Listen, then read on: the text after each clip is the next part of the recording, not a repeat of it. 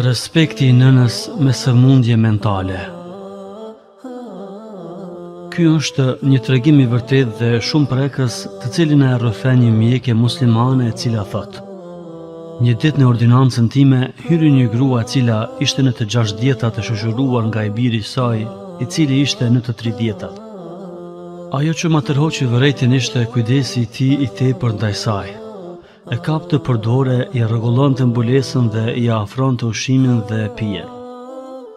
Pas pyetjes sime për problemin e saj dhe kërkimit tim për ta kontrolluar, e pyeta rreth gjendjes së saj mentale, për arsye se vërejtja se sjellja e saj nuk ishte normale dhe nuk i përgjigjej pyetjeve të mia. Djali i saj mu përgjigj dhe më tha: "Nëna ime ka probleme mentale nga lindja e saj." Fjalët e tij më prekën tepër dhe pyeta: "Po kush kujdeset për të?" Më tha: "Unë." I thash: "Pasha Allahun, begati e madhe. Po kush kujdeset për pastërtinë e rrobave të saj dhe trupit të saj?" Më tha: "Unë e përcjell deri në banjo, unë ja sjelli rroba dhe e pres derisa të kryej nevojat e saj. Unë i futi rrobat e saj të palara në makinën e larjes.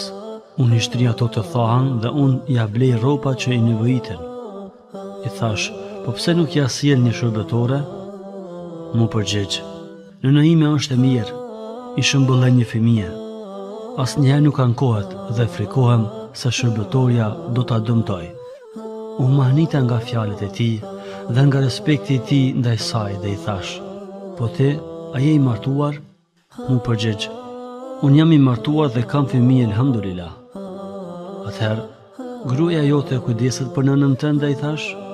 Më tha: "Kujdesi i saj nuk është i mangët. Ajo e përgadit ushqimin dhe ja servon nënës sime. Grua sime ja kam sjell një shërbëtore e cila i ndihmon, mirë po, prap se prap, unë kujdesem që të ha me nënën time, për arsye se ajo ka sëmundjen e sheqerit dhe dëshiroj të jem i sigurt se nuk do të haj ushqim që ja dëmton shëndetin." Kjo ma shtoi edhe më tepër mahnitjen dhe më erdhi të çaj dhe më shumë vështirësi e mbajta veten që mos të dalin lotët nga unë. Më shkuan syt ka thonjë të saj dhe vërejta se i kishte të shkurtër dhe të pastër dhe i thash: "Po thonjët e saj?" Mu përgjigj: "Mjeke, unë ja shkurtoj ato. Aja është e mirë." Në atë moment shikoi nëna ka i biri i saj dhe i tha: "Kur do të më blesh mua patate të fërguara?" "Tani do të shkoj dhe do t'i blej në shitore," i tha djali. Nëna, kur i dëgjoi fjalët e të birit, fluturoi nga gëzimi dhe i tha: Tani.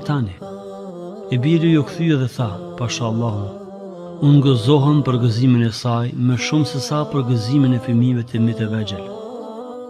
U bëra sikur se shkrua një dokumentacionin e saj që të mos vërehet se shumë u ndikova nga këto fjalë. "A nuk ka fëmijë tjetër?" e pyeta. "Unë jam fëmija i vetëm i saj për arsye se prindi e ndau vetëm pas një muaji martese." "Mirë, ty kush të rriti? Prindi?" e pyeta. "Jo," përgjigj. "Gjyshja ime është kujdesur për mua dhe për nënën time derisa Allahu ja mori jetën dhe unë atëherë isha vetëm se 10 vjeçar." E pyeta se a është kujdesur nëna jote kur ke qenë i sëmur, apo atë rikujtohet se ajo është kujdesur për ty ndonjëherë? Apo është gëzuar me gëzimin tënd dhe është pikëlluar me pikëllimin tënd? Më përgjigj: "Mjeke, nëna ime është e mirë nga mosha ime 10 vjeçare. Unë kujdesem për të dhe i ndihmoj në të gjitha nevojat e saj. Nuk munda më shumë të duroj, ja përshkrova recetat dhe ja qartësova barnat." I biri kapi nënën e vet për dorë dhe i tha: "Eja nëna ime, tani të shkojmë në shitore." "A nuk shkojmë në Mekë?" i tha nëna. U çudita. "Ajo, a do të shkojmë në Mekë?" pyeta. "Do të fluturojmë me aeroplan," mu përgjigj nëna e tij. "A do ta dërgosh në umre?" e pyeta. Mu përgjigj: "Po si jo." "A nuk e ke vështirësi ta kryesh umrën dhe ta lodhësh veten?" e pyeta. Kryerja e umrës me të dhe gëzimi i saj se do të udhëtojmë së bashku ka shpërblime të madh tek Allahu se sa më bë umrën vet. U larguan nga ordinanca, e mbylla derën dhe i thash motës medicinale se dëshiroj të pushoj dhe nuk dua të më pengoj askush. Fillova të çoj nga gjithë zemra ime dhe të them në vetvete. Ajo nuk ka qenë asnjëherë nëna e tij. Ajo vetëm se e barti dhe e lindi, por nuk e edukoi. As nuk e prishi gjumin natën asnjëherë për të, as nuk e mësoi, as nuk ndjeu dhembje për dhembjet e tij, as nuk çau për të çarët e tij, as nuk mbeti pa gjumë nga frika për të, dhe as. Megjithatë, i gjithë ai respekt. A do të veprojmë ne me nënat tona të shëndosha ashtu si veproi ky njeri me nënën e vet të sëmur? Nëna ime e dashur, e lut Allahun që të mos më ndaloj dhe të më largoj nga respekti yt.